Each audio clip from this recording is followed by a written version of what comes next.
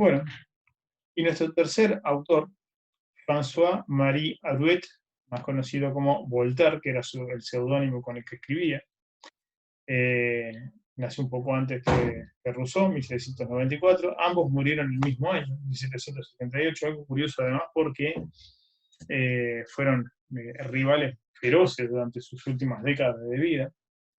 Voltaire también es de origen burgués, pero de un estrato social un poco más elevado, una posición más acomodada.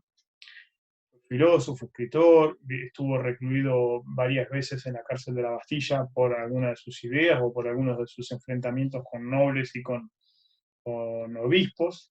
Estuvo exiliado en Inglaterra, viajó por Europa, escribió muchísimas obras, hasta obras de teatro, que no tuvieron mucho éxito, pero sus principales obras sobre filosofía y sobre historia sí tuvieron bastante éxito. El siglo de Luis XIV, Tratado de la Tolerancia y el Diccionario Filosófico son algunas de ellas.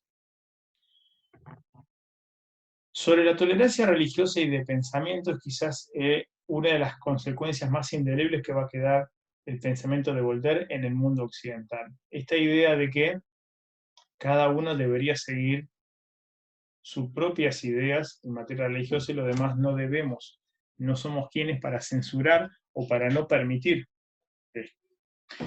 Y citemos al autor. Dice, no solamente es muy cruel perseguir en esta corta vida a quienes no piensan como nosotros, sino que estoy seguro de que no sea, muy audaz pronunciar su condenación eterna. Me parece que no corresponde a átomos de un momento como somos nosotros prevenir así los designios del Creador. A ver, ¿por dónde va esta idea? Bueno, básicamente es no solo que la vida es corta, como para andar persiguiendo lo demás, por eso tenemos cosas mejores que hacer, sino que además somos apenas átomos de un momento instantáneo en la eternidad del Creador. Él es religioso, él es cristiano, aunque rechaza las medidas de la Iglesia Católica como tal, pero lo que nos está diciendo fundamentalmente es quién somos nosotros para decirle a los demás, estás equivocado, no podés creer en lo que crees, que va a llevar al error y a la condenación, y además está mal hacerlo, es cruel perseguir al otro. Esa es la base de la tolerancia religiosa al principio, pero que también tiene la consecuencia innegable de, bueno, si soy libre de pensar lo que quiera sobre religión, también puedo pensar lo que quiera sobre política, sobre problemas económicos, sobre cualquier cosa. Es decir, abre la puerta a la idea de la libertad de pensamiento, que hoy también es una característica del mundo occidental en el que vivimos. Es decir, cada ser humano tiene el derecho y la posibilidad, pero es un derecho garantizado, de que podamos expresarnos libremente como querramos nuestras ideas, siempre y cuando con nuestros actos no afectemos al otro, a los otros. Es decir, hay ciertos límites a esta libertad de pensamiento que en el mundo moderno no están del todo solucionados y hay bastantes polémicas en torno a cuáles son esos límites, qué significa dañar a otro con mis ideas. Bueno, eso es toda una discusión que la vamos a abordar de forma presencial. El segundo aspecto que quiero trabajar sobre Voltaire es su visión de la propiedad y sobre Rousseau. ¿Por qué? Fíjense cómo arranca esto. Algunos bromistas de mal gusto han abusado de su talento hasta el punto de defender la paradoja asombrosa de que el hombre está hecho originalmente para vivir solo como un lobo y es en la sociedad que ha depravado su naturaleza. El mismo autor, enemigo de la sociedad, semejante al zorro sin cola que quería que todo se la cortara, se expresa así en un estilo magistral. El primero que habiendo sacado un terreno se atrevió a decir estos míos, bla, bla, bla, bla. Se entiende de quién está hablando Voltaire, ¿verdad?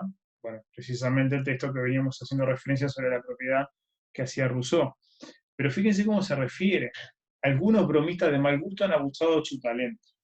Es decir, y al punto de defender una paradoja asombrosa. Una paradoja es algo que es contradictorio. Es como decir, la eternidad es chiquita o lo blanco es negro. Cosas así imposibles desde el punto de vista de la lógica. Eso es una paradoja.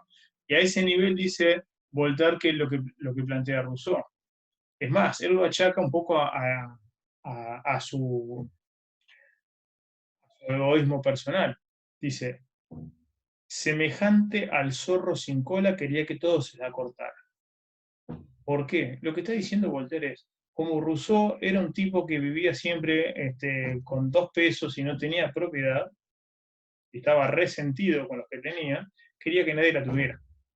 Esa es la mirada de Voltaire. Obviamente es este, un poquito pasada quizá la explicación, pero lo que muchos de los críticos señalaban sobre Rousseau. Pero también explica esto de la óptica de Voltaire. Voltaire tiene propiedades, tiene riqueza, y obviamente que esto de la idea de repartirla entre los demás, no creo que le agradaría mucho. Que claramente hay una diferencia de orientación y tiene que ver con los orígenes sociales de cada uno también. Pero aquí vemos también otra característica de lo que es el pensamiento de Voltaire, su sentido del humor.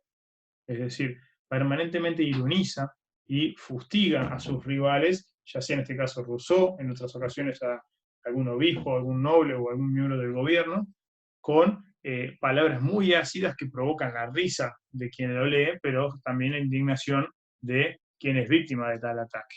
Lo cual lo llevó a que no fuera precisamente muy popular en ciertos círculos, y en concreto, bueno, Rousseau lo detestaba, obviamente, porque tomaba el pelo abiertamente. Eh, de hecho, él termina diciendo, ¿no habría sido este discurso más sensato y honesto, el de trabajemos la tierra y mejorémosla, que el del loco salvaje que quería destruir el sembrado del buen hombre? Claramente un defensor de la propiedad privada, porque eso lleva, dice, al crecimiento económico y al progreso humano. Recuerden que la idea del progreso está muy presente entre los pensadores de la Ilustración, y aquí se ve reflejado. El último punto a analizar es el concepto del despotismo ilustrado y algunos de sus curiosos o extraños amigos que hizo durante su vida Voltaire. Este párrafo, que es traído del siglo de Luis XIV, donde analiza precisamente los vicios del gobierno absolutista francés, no solo de Luis XIV, en realidad él hablaba sobre Luis XIV para referirse a Luis XVI, al rey de su época, y a Luis XV fundamentalmente también. En realidad utilizaba el pasado para criticar el presente, lo utilizaba como escucha, y él inventa a un famoso emperador chino que nunca existió, llamado Yun Qin, quien decía que había logrado llevar al grado de mandarín, mandarín era como el funcionario del Estado, a aquellos que eran los mejores para su región. No los que provenían de las mejores familias, ni a los mejor vinculados, sino a los más capaces, los más trabajadores, los más honestos.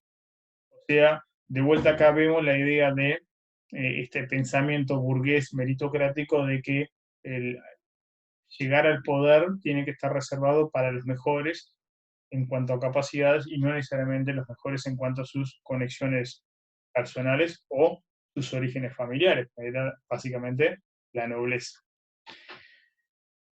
Pero este gobernante, este emperador chino, también es ensalzado por su capacidad para cuidar al pueblo y para cuidarlo bien, previniendo hambrunas, logrando expandir la agricultura, toda una serie de características de su obra que lo llevan a desarrollar esta idea de las supuestas virtudes del déspota ilustrado. Es decir, un gobernante sabio, honesto, que gobierna para el pueblo, pero sin el pueblo.